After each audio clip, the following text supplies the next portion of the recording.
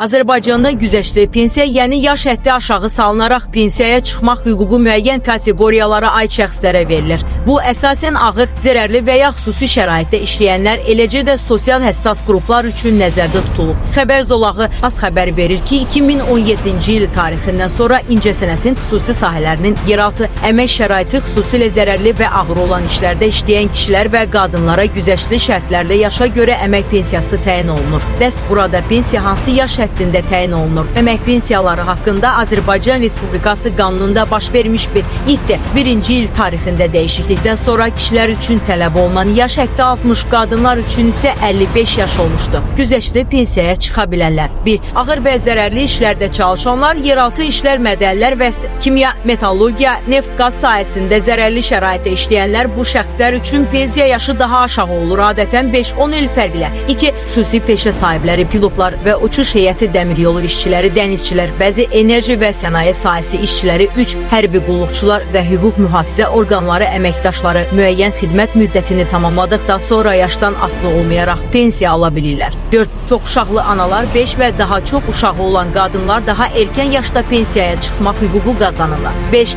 Əlilliyi olan şəxslər və ya sağlamlıq imkanları məhdud olanlar əmək qabiliyyətini itirdikdə yaş gözləmədən pensiya təyin edilə bilər. 6. Müharibə iştirakçıları və xüsusi statuslu şəxslər, veteranlar və bəzi xüsusi kateqoriyalar əlavə güzəştlər əldə edə bilər. Vacib şərtlər: müəyyən sığorta stajı, işləmə müddəti tələb olunur, fərdi hesabda kifayət qədər pensiya kapitalı olmalıdır. Hər kateqoriya üçün konkret yaş və staj tələbləri qanunla ayrıca müəyyən edilir.